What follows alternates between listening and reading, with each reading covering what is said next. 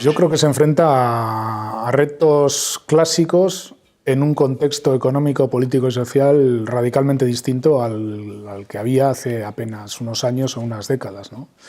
Fundamentalmente el reto es organizar a la gente, sindicalizar los espacios de trabajo en un momento en el que tanto la propia composición de las empresas, la forma en que se organizan las empresas, la propia realidad social, el propio vínculo que hoy en día un trabajador tipo tiene con el convenio colectivo, con el sindicato, pues es muy distinto al que podía existir cuando la industrialización o cuando los grandes centros de trabajo aglutinaban un montón de personas que tenían intereses prácticamente idénticos, ¿no? Y se generaba esa identidad en el mundo del trabajo, pues eso, por tener intereses prácticamente idénticos.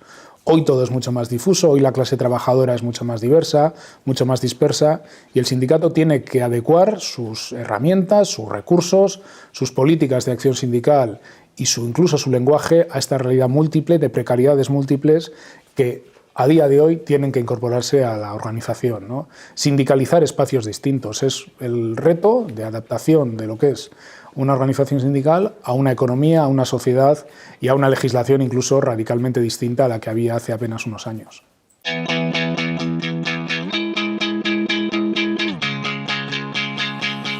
Yo creo que el sindicato realmente ha ido adaptándose a las distintas realidades. El sindicato no es el mismo ahora en empresas y en sectores que han cambiado de una forma radical, ¿no? Por decir uno, el sector de las telecomunicaciones. Pues el sindicato se implantó en un sector que en 20 años no tiene nada que ver, el sector financiero, en 20 años no tiene nada que ver con el que era antes. En esos espacios el sindicato ha sabido adaptarse y sigue representando a la clase trabajadora, ¿no? La cuestión es que han surgido muchos sectores económicos, muchas relaciones laborales distintas, muchas formas de precariedad, muchas formas también de la gente de entender su vínculo con lo político y con lo social, con lo colectivo, que han mutado y el sindicato, por tanto, tiene que adaptar sus formas de actuación a esas mutaciones que ha habido. Fundamentalmente yo creo que hay una clave, que es la proximidad. Si el sindicato está presente en las realidades diversas y el sindicato es capaz de hacerse útil y legitimarse en esas realidades diversas, el sindicato va a saber cómo dar respuesta a problemas distintos. Si el sindicato está atrincherado, está fuera, no está próximo a esas realidades diversas, pues será visto como un ente lejano, un ente en todo caso que genera una especie de norma, que está por ahí, que me asesora alguna vez, pero no será percibido como un elemento de sindicalización y de organización de la gente. Y yo creo que esa es la clave en este mundo, ¿no?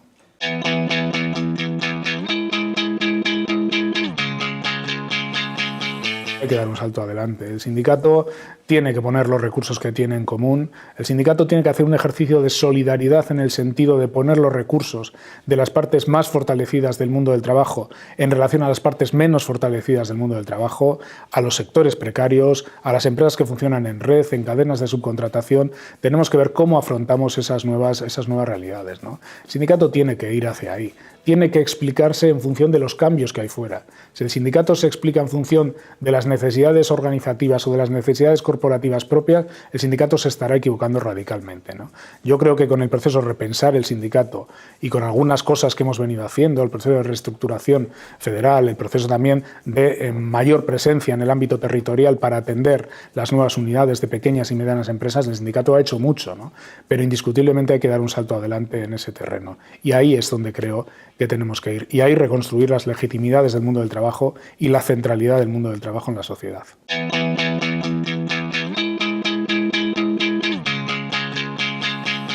Una visión producto de lo que al final pues, son las biografías de cada uno, ¿no? De una realidad sindical que yo he conocido en Euskadi con elementos sustancialmente distintos a los que puede haber en el resto del Estado, pero también con elementos de análisis muy interesantes, porque muchas de las dinámicas que se han podido dar en la negociación colectiva pues las hemos conocido allí por otras variables, y sobre todo puede esperar pues, la disposición, en primer lugar, a tener una organización lo más cohesionada posible, en segundo lugar, a tratar de tener una organización lo más eficaz posible, que sea capaz de poner los recursos en común o poner los recursos de forma compartida o de forma solidaria entre el conjunto de organizaciones, y una organización también que sea capaz que ese poder contractual entre empresarios, entre patronales y entre gobiernos lo vamos a tener en la medida que seamos fuertes en la base. Y no va a venir esa legitimidad por las viejas legitimidades de cuando se forjó el sindicato, se forjó la democracia en este país.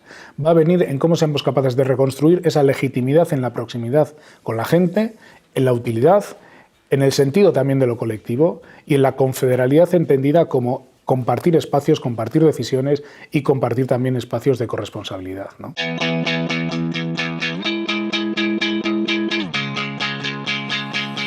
Yo creo que hay dos cuestiones que para mí son muy relevantes, ¿no? La primera, la voluntad de cohesionar el sindicato que ha tenido siempre como prioridad. La voluntad de cohesionar y de tener cosido el sindicato. A mí esto me parece fundamental. Es muy difícil ir a esta generación de sinergias entre los recursos que tiene el sindicato para hacer frente a lo que tenemos fuera, en las empresas y en la calle, si el sindicato no está cohesionado. Es prácticamente imposible. Y creo que Ignacio ahí ha hecho un papel muy importante hasta el último momento, ¿no?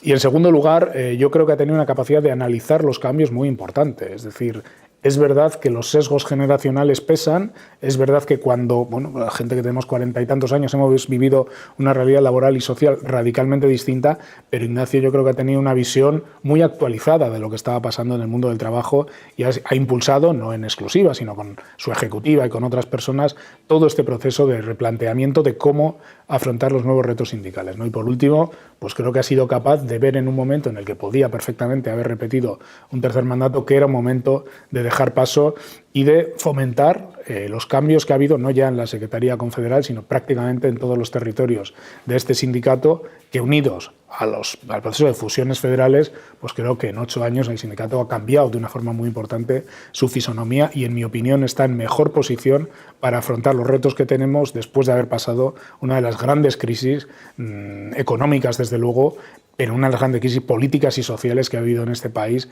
desde luego, desde la llegada de la democracia, ¿no?